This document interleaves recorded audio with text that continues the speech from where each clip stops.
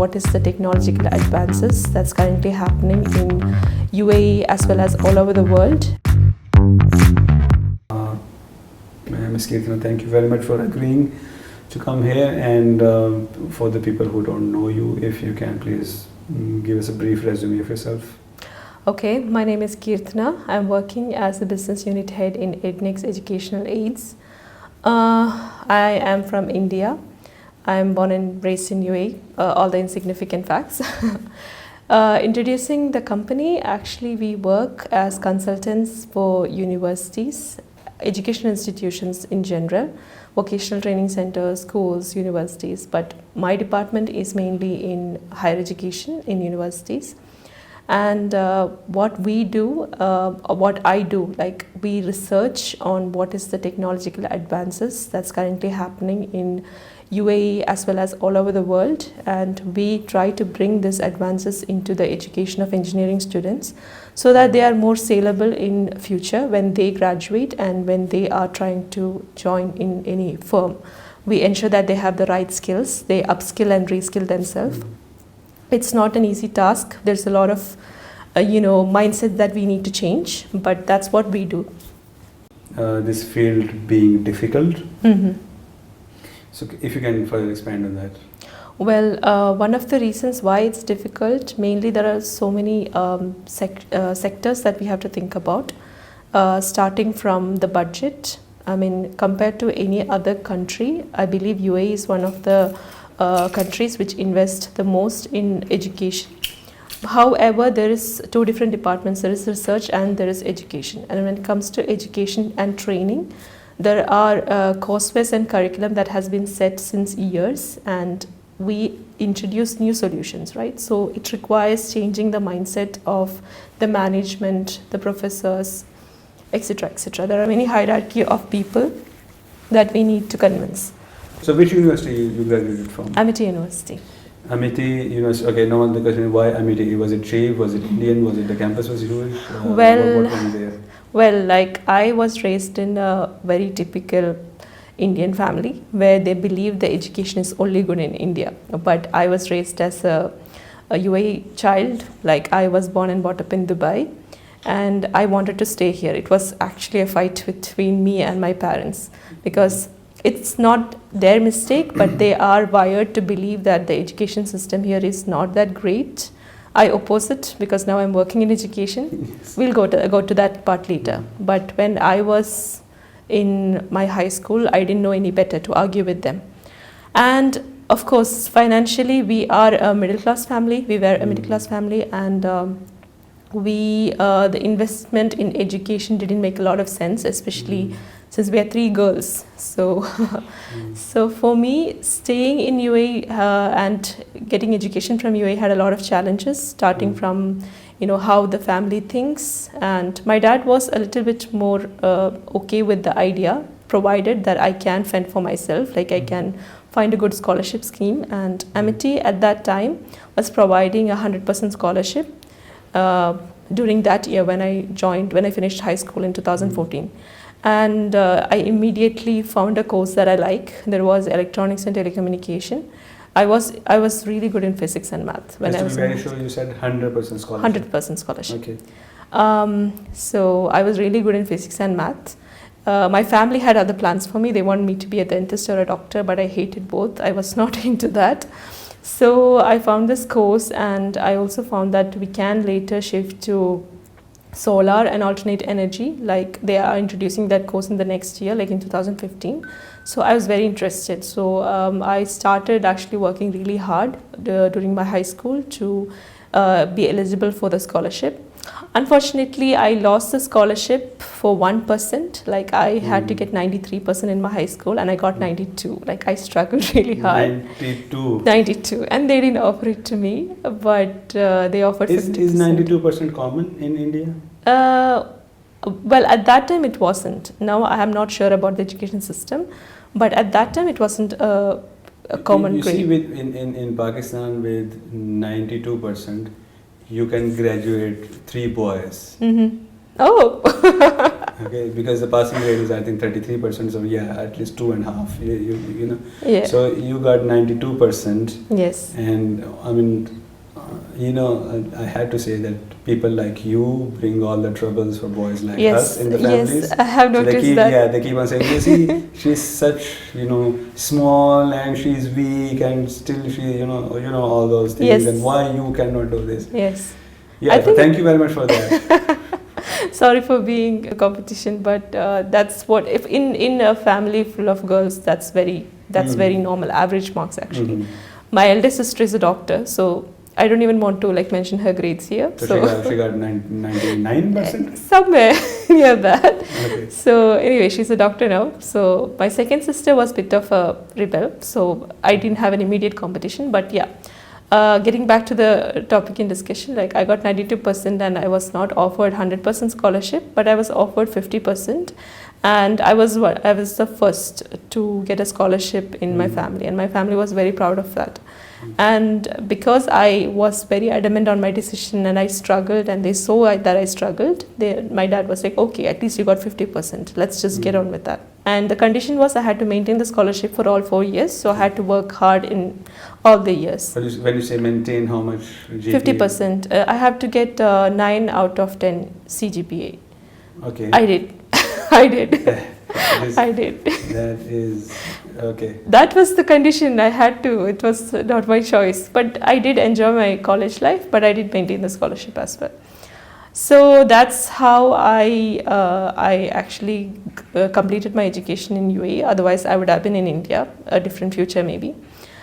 Anyway, in university, the struggle was, I'm coming from a school where boys and girls are separate. I studied in an all-girls school, and the boys was in the afternoon shift. Which school we are talking It's about? an Indian school, New Indian Model School, Dubai. I have heard of this. Yeah. Education-wise for girls, I would say the education was really good. Like we were given top education, top priority. But at the same time, we were very secluded. Like we were not mingling with boys at all. So going from that kind of environment to a mixed university was kind of difficult for me to interact, develop on my interpersonal skill. Like it was, I'm only used to seeing girls around, like communicating with female professors. I didn't even have a male professor. So everything was really new to me. So developing my communication and social skill was the hardest for me in the first year. And I got over it by taking up internship a lot, to be honest. And also I joined clubs. And my professors, they realized that I'm scoring marks, like I'm collecting marks, but I'm not actually being very active in labs because that requires me grouping up with people, like mainly boys and girls. So I had to work on that a lot. Interpersonal skills and social skills are very important. And that's something I struggled with initially. But once I started joining clubs and being more of like an active speaker, it kind of got resolved in its own way. And the other challenge was Amit University was just developing that time, like they didn't have their own campus. Right now, This is back in which year? This is in 2014, and they have their new campus in 2017. So until then, we didn't have well-developed labs, so I didn't have a lot of hands-on experience. Now they do have good labs, but before that was not the case. So these are the challenges that I faced mainly. And in order to also develop my technical skills, I was not, unfortunately, provided the right opportunity. But they did compensate for it a lot. Like their student support team is in touch with me even now. I do visit the university very often. I do contribute to the development of the labs, not just from Ednex. Also, they call me separately, individually for alumni meets, for speaking with the students. They also contact me for providing internship opportunities for the students, for placement weeks and everything. So whatever they couldn't provide, they did try to compensate with it. But I would think that maybe my technical skill would have been a little bit more better if I had more like equipments during that time. So apart from that, I would say my college life was smooth, and around third year, I started taking it a little bit more seriously. First 2 years was more of entertainment. So you were getting 90% marks and you were not serious? No. Okay. Okay. That was easy. I'm not getting 9.8 out of 10. I was just getting 9 out of 10. And during the first semester, I don't usually do anything. The second semester, I compensate for it. So it was not that difficult. Okay. Let's close the discussion then. It's not difficult. Yes, it's Fine. not difficult. So. But I do want to I don't want to raise any misconceptions, to be honest, because scoring marks are actually easier than being more skilled, having the right skills to get into the market. I realized that as soon as I graduated, to be honest. As I said, right now I regret not having technical skills, because I feel like a lot of opportunity that I wanted to try out, a lot of job opportunities that I see in the market right now. Can you give me one example? For example, I would love to be a technical engineer in GE, for example, in that kind of industry. Or so what is lacking? Because you have a degree, then what else? You get experience on job. I can actually say quote from one of my personal experience. I had tried out 6 months after I graduated in Etisalat, because I'm an electronics and telecommunication engineer. So that qualifies. I'm a telecommunication engineer, and it's Etisalat. It's the perfect place for me. I was very confident. I revised my notes. I was a scorer. I maintained my scholarship. I was very confident. I attended the interview and I blew it. I couldn't even answer anything because they had a technical side of the interview where they asked a lot of technical questions and I couldn't answer anything because that stays in your mind once you do it by hand. You have to do it yourself. There were equipments in the university and I was not a person who gave more importance to that. I used to attend labs and there were students who used to sit in the lab. They were not scorers. They had 50 to 60% maybe. When they graduated, maybe they didn't that didn't reflect in their marks, but then that experience stayed in their mind. So they could answer more questions. They knew what they were talking about. They understood the jargons. You learn few things and you forget after the exam, but you do it yourself or you teach someone else and then that stays with you. So I realized that I didn't have enough skills to become a telecommunication engineer as soon as I attended the interview. And luckily, for every person there are two pathways. I believe that as an engineering graduate. You can become a technical engineer or you can take the technical knowledge and do something in business development. I took the other path, and for me, one of the other things I'm very thankful for in my university is that they pushed for internship and volunteering activities. This is a very important point. You said they pushed. They did. Internship. They did. Okay. So it was part of your degree that you had to do a certain number of hours as intern, as intern in some company. Yes, it was. As I said, first 2 years it was more of learning, a little bit of hands-on, no internship, nothing. But at the end of third year, not at the end of third year, at the end of second year, during the brief period, the summer vacation, they suggested that I have to take up an internship for 3 months and I need to explain, I need to do a proper seminar on what I learned, what are the tasks that I've completed and which areas that I've worked in as a presentation. It's kind of like a major project presentation that you do in front of a crowd. We have to do that in order for us to graduate to the next year. So that was what I meant by push. I definitely want to maintain my scholarship and a certain number of score comes from this presentation. So I had to and it was not you find your own internship. It was not like that. There were companies coming to university. They had arranged a placement week for interns as well as for graduates. So that happens every year in the university before summer vacation. So we get a chance to go and speak to the company. We tell them we are looking for a full-time job or for an internship for summer. And if the company has a position for you, they offer it to you. So during the placement week, I met few companies and I dropped my CV. I took an interview with them, and I was offered a couple of jobs. And I took the one that was more relevant for me, and I completed a summer internship.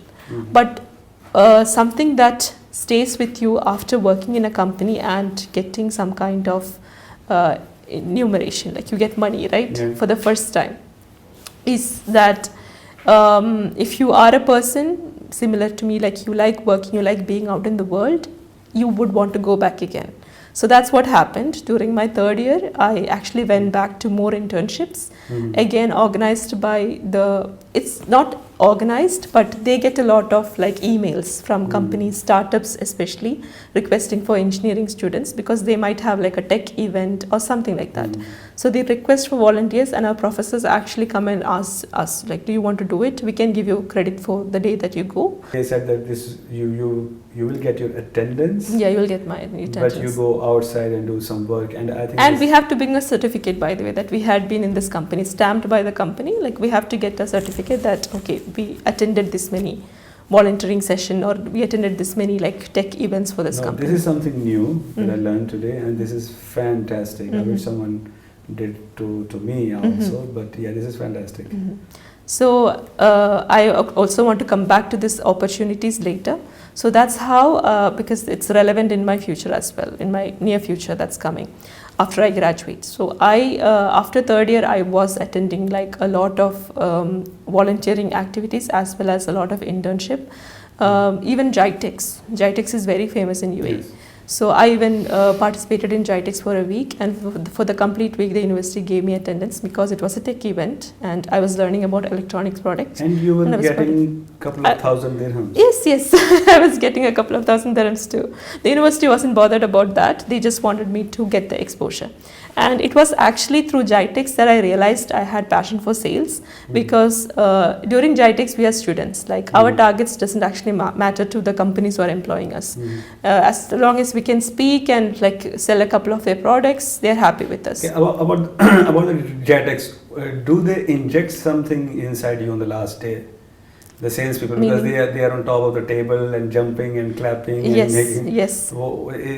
That's orchestrated. It's not. No, someone tells you that these salespeople that okay, do this. No. No one tells us that. It comes from us. Okay. It comes from us because we have successfully closed the event, and we have made some sales for which we are getting paid incentives later also. So we are generally happy, and 1 week of GITEX is actually a very amazing opportunity. Like for me it was amazing. I loved that opportunity. In fact, after GITEX I had given a speech in the university about how I'm more interested in sales than technical, like in front of, it was an English class actually.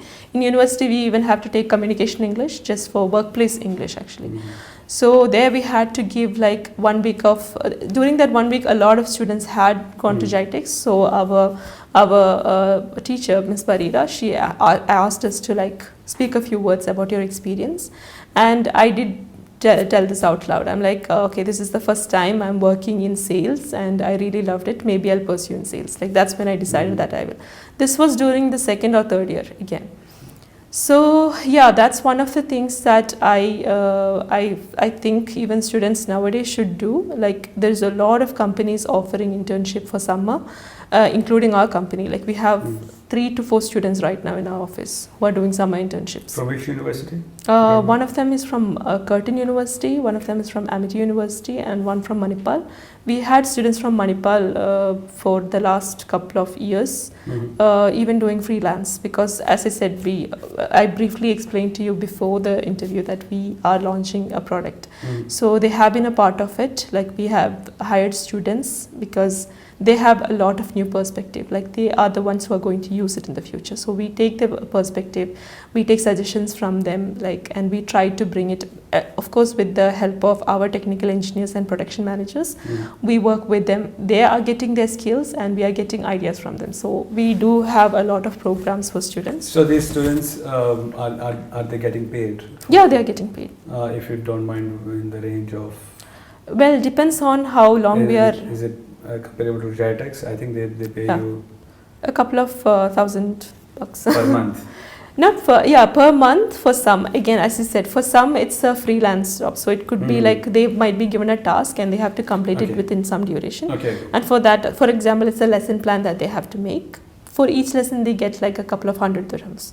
Maybe they have to make 50 lesson plans and they are only capable of doing like 10 of them. So whatever they do, they'll get payment for that. Maybe we don't really need interns, but we are providing them an opportunity for them to complete the summer internship. In that case, the remuneration is usually less, because we don't really have a lot of work for them. We are just teaching them in our own expense. So we provide less, I'm not saying less, it's still not less for a student. For a student, like when I was a student, getting 1,000 or 2,000 was a good amount of money because it's our own money. Yeah, we are not spending it for anything other than our own wish. So it's usually in that range, 1,000 to 2,000 if it's a summer internship per month. But if it's something like a freelance, we need them to do some work, we need their ideas, and usually the remuneration is higher than that. It's for a certain set of tasks, and they're doing it at their own time. Like they can do it from their home, they can come and visit our office and do it. Our production team is usually there 24/7, unfortunately, because they have to work a lot before each launch. When you say production team? We have our own product manager for this product that we are releasing. Okay, for this product. For this product. No, but when you said 24/7, it's during the launch event. Exaggeration, but they usually stay until night, from morning till night. If they have like some kind of like KPI that they have to reach, especially like a launch, or like maybe we have a presentation in front of like someone, something like that, or we have to release a new product from the range. We have a couple of sub products as well, so if they're developing something like that, they usually stay up for a while. So the students are also like if there are interns, they are free to come and work with them at any time. We don't give them like a 9 to 5 basis, understanding their students.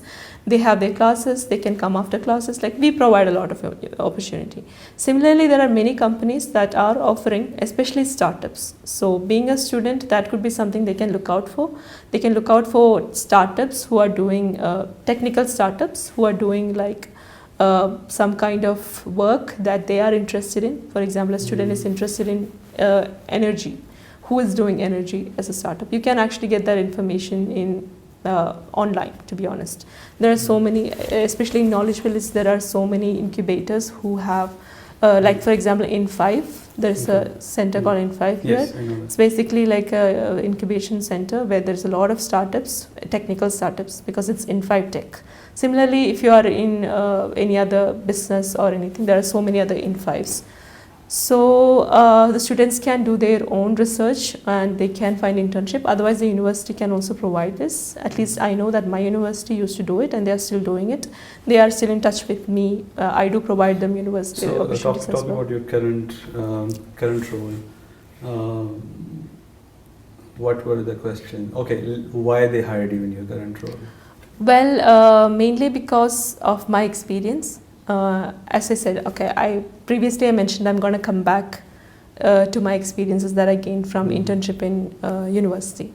The first internship that I did in summer was for Al-Mazrui. It's a company who does education edtech sales as well. Like what Ednex is doing, they do it in a smaller way, as in like it's a larger company, but education is just one division there with few employees.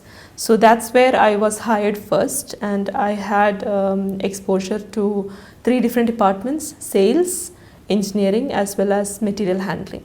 So I worked in all the 3 departments, and I went back after I graduated to the same company to work in sales. Even after getting exposure in material management and technical, I found sales more interesting. So I had at least 3 to 6 months of experience in edtech sales already in my CV. Apart from that, the second internship that I did, the one-day events, was with Junkpot Robotics. It was a startup that is situated in Infitech. That's how I know Infitech very well. So Junkpot Robotics was a robotic manufacturing company as well. They had their own kits based on Arduino. So from there, in university, I was doing more of like a technical internship. Like I used to train students on how to work with the kit. So I learned how to use Arduino much more better. But once I graduated, I joined in the same company for 2.5 years. Initially, it started as an internship, but later I started doing sales there. What they're doing is they're designing the robotic kits. It's manufactured in another country, and it's imported to UAE, and it's packaged in UAE. So it's a UAE-based startup as well. They have all kind of like certifications and trade license and everything required for that. And they're supported by TCOM Group. So all the startups in Infitech are supported by TCOM Group. I started as a sales engineer, trying to sell this, this kits and some events related to the kids. The name is quite unique. So Junk bot, yeah. Actually, what they do is they convert junk into robots. Like Yeah. they have this microcontroller and wires and everything, but they don't use any plastic parts. They take cardboards and whatever is discarded, maybe a shoe, and convert into fun robots. So it's an interesting approach for students, especially kids, to get introduced to robotics, and they usually target very younger crowd who will be interested to see like a cardboard or a plastic glass walking around. So it was that kind of like a setup. We used to do two kind of sales there. One was in schools where we do like workshops, like after school workshop, and apart from that we used to do event activations as well, like I'm reaching there. Yeah, so we used to do event activations like in technological events, like in Masdar city, for example. It was one of my project. Masdar city is a sustainable city. They wanted some kind of like entertaining activity for students. They were having a technological event. There are crowd coming in, and the crowd usually have students, like kids, to be honest, like 4 to 5 years old. They wanted to have this activation, this booth where the kids can do something interesting. So we designed a solar house. So we connected all our parts, we designed the house, and the students have to like come and connect the wires, and the house lights up, and they're very happy, like using solar energy. So something like that. So we design this kind of projects for events as well as for schools, and we do some workshops. That's what I used to do there. And until COVID. So for how much time you worked with this junk box? 2.5 years. It's quite long. Yeah. From 2018 until 2020, it was a full-time job. And after that, COVID-19 hit, and I was working from home. And our business model required schools and events. Both of them were shut during COVID. There was no schools, no workshop, after-school activities, and events were completely a no-no for like almost a month. And the company started with Skill Play Education, which is like online platform where students can take classes on building robots, coding, mobile application, etc. And I was working there. And then I got this opportunity from Ednex. Like it was my profile matched to what they were looking for. They were looking for someone who had experience working in sales and with schools. So I initially joined as a sales engineer in school division. But I'm very passionate in technology. So I started reading more about their solutions for both the departments. And on a fine day, I told him that I'm interested in higher education because that's more of like what I want to do. Because schools, I've already learned about Arduino, already learned about all the boards that are there, like the coding languages, C, C++, Scratch. So there was nothing more for me in school. That's what I believed. And in higher education, there was a lot of... But from sales point of view, don't you think you had a lot to do? Yes, but I like to take up challenges. Because in universities, the difference is I actually feel like, especially in research, you can be part of something that's impacting the current market. I mean, respectfully, I know school students grow up and they provide a lot of impact, but in future. So they have to grow up, they have to go through universities, they have to use these equipments, they take up a job, etc., etc. But universities, one of the customer base I had was researchers, and it was very interesting for me to know like what they are doing, how are they contributing to UAE and their technological development. I was first-hand coming to know about that from them. Like they were telling me what research they are doing right now and what kind of solution they are looking for, where are they stuck. And I got an opportunity to research about it, learn more about this area that they are researching in, and also provide them solutions. So it made me, it's a very satisfying job for me to do that.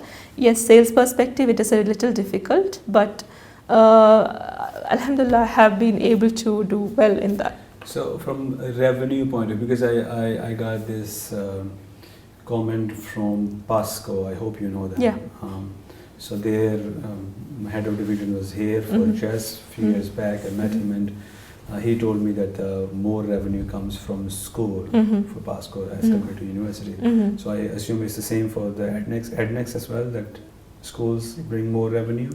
Revenue-wise, school bring a lot of revenue because in school the income is kind of like constant. Like there's the requirements is constant. There's a large number of schools in UAE, and like the same solution can be applied for all the the students like go from grade 5 to grade 6, and they need same solutions like for the different set of students. So let's say it's more easier revenue wise for the company. K-12 is a very good department. Yeah. It brings more revenue, but at the same time for higher education we are a little different from other companies because we have very innovative solutions which is not offered by other companies. Like we proud ourselves by saying we are the futuristic experiential learning consultants for universities.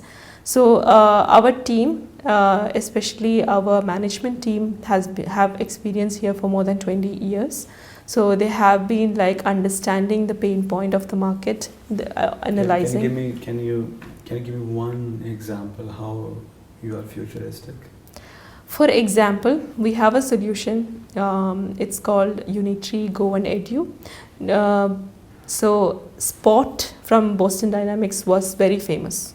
Yeah. All the YouTubers know them. Everyone has seen them in exhibitions, but it was not really accessible. The technology behind Spot was not accessible for universities or schools here because first of all, it's very expensive. Second of all, even if you invest on that solution, it's not open for you to explore. We did a research on what can compensate with this lacking. Like you see a quadrant robot which is extremely stable. It can be stable in all kind of environments. How do we bring this knowledge to universities so that they can analyze, they can learn on this, and they can develop their own similar system? So this was what we did a couple of years ago. In 2021, we introduced Unitree Go and Edu, which is very similar to Spot, but it is very open. So the researchers, the students, they can actually open it up, meaning software-wise, they can actually build it from scratch. They can use the coding language they're comfortable in, and they can try out different parameters. It comes with all kind of setup that makes it research friendly. And we have a lot of case studies here where we have installed this robot. This is just one of the solutions that I'm mentioning. Like if you want to think about something that comes into your mind, especially when you think about Ednex, this is one of our signature solutions here. So that's what we do. Like that was not something that was brought into the market by any other companies. Like we think out of the box. Like this is the kind of technology that students might be interested. The university might attract more students to technology having such kind of solution than few boxes here and there, Okay. Maybe the boxes does the same thing, like you can learn control and stability using the boxes. But when you see a real life like size robot, like a dog doing really good actions, it can balance itself very well. Yeah, And the students, I have seen that it was fantastic and students loved it, and the price as compared to this Boston Dynamics was a fraction. Yes. Yes. But the other thing is that you started as a technical engineer in your company or sales engineer? Sales engineer. Sales engineer. So what is your role now? Is still sales engineer? No, I'm a business unit head in higher education. Business unit head. Yes. So you are. Which means sales, a technical team, operations, everything related to higher education comes under me. So I have more time now to do more of market research on what exactly higher education needs. So something that we do apart from just buying and selling, we find out new technologies that the professors are looking for. Like I meet a lot of people and I take feedback from them.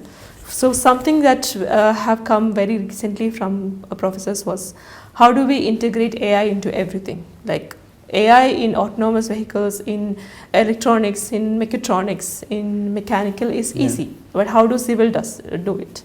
So this kind of questions, this kind of challenges come to us, and we are not looking for any ready-made solution. We are actually looking for case studies all over the world where this has been done, and we contact the vendors we think who could do this, and we work with them to develop unique solutions tailored for schools and universities. This is what we do. Solution. Okay, let's talk about this unique solution further. So before moving on to that, just to understand your business better, I have a couple of questions. First question was that how do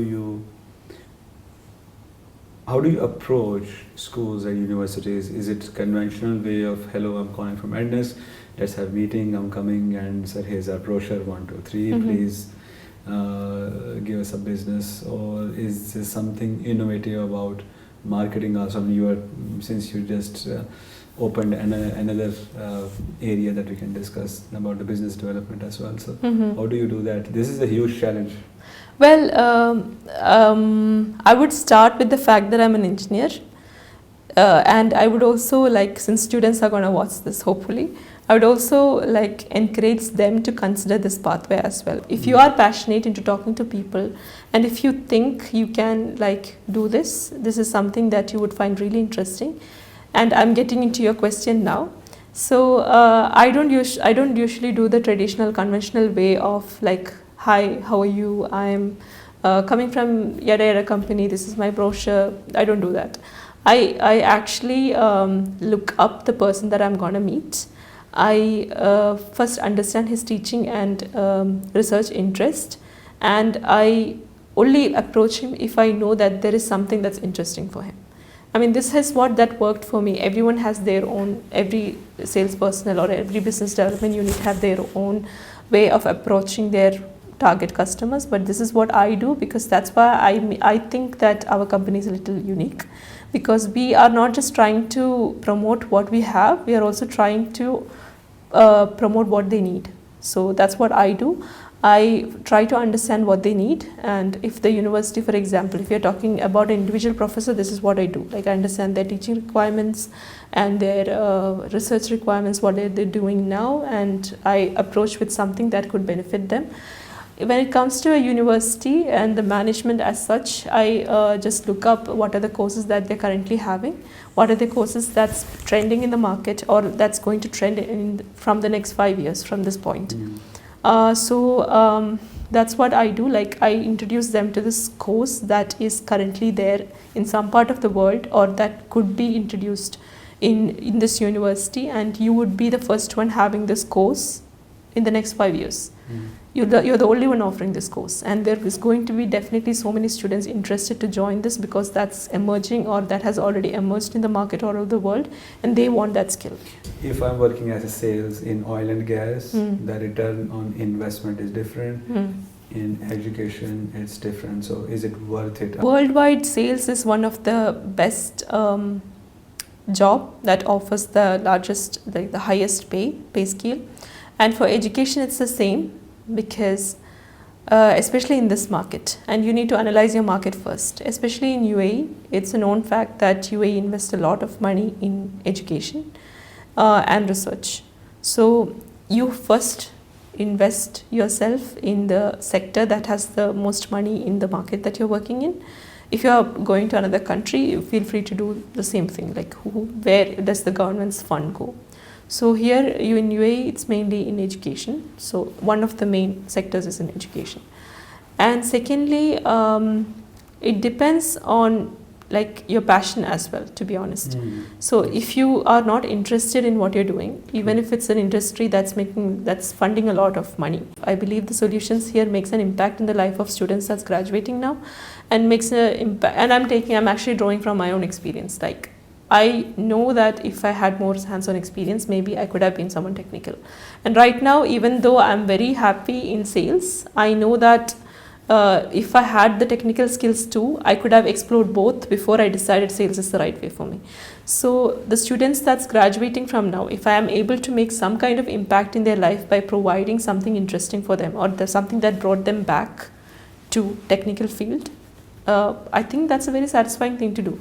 Personally. Yes. So let's come to another juicy question, that what students can do to become employable. Now I know you have answered it partially already, that do a lot of internships, for example. So if you can just come on this point again, student who is just enrolled, he or she have 3 or 4 years, and what should he start doing? More networking, more internships, or more lab work, or more get 90% marks and just focus on the grades? And the grade part, if they have a scholarship to maintain, why not?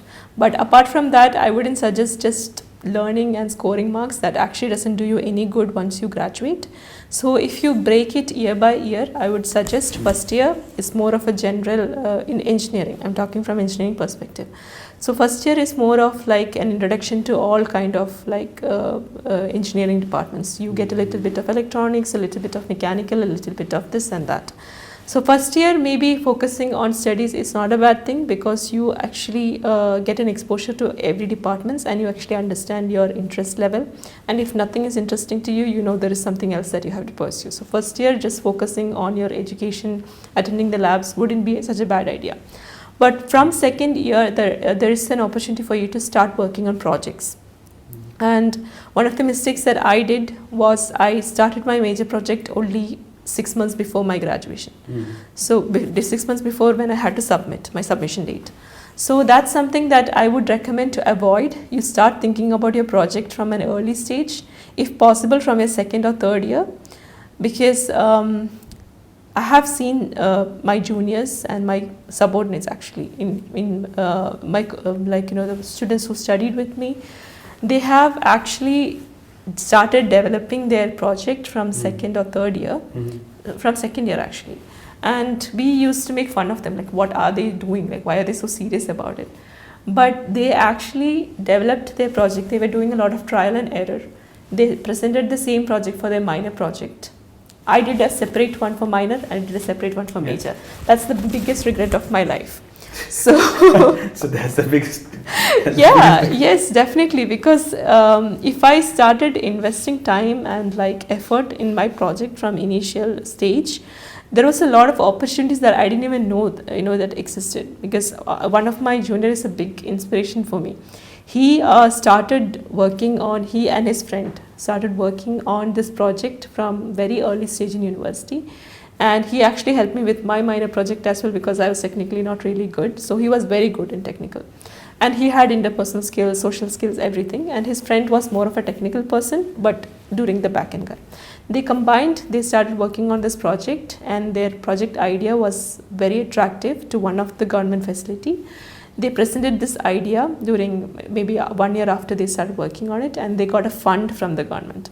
And once they received this fund, they were offered an incubation space within the university, and they started developing this on a larger scale. They didn't complete the project, they were still on the working stage, but the university accepted it as their major project, because this is something that's funded and it's going in the right path. It's not just a prototype. It's actually on the way to become something that's sellable to the market.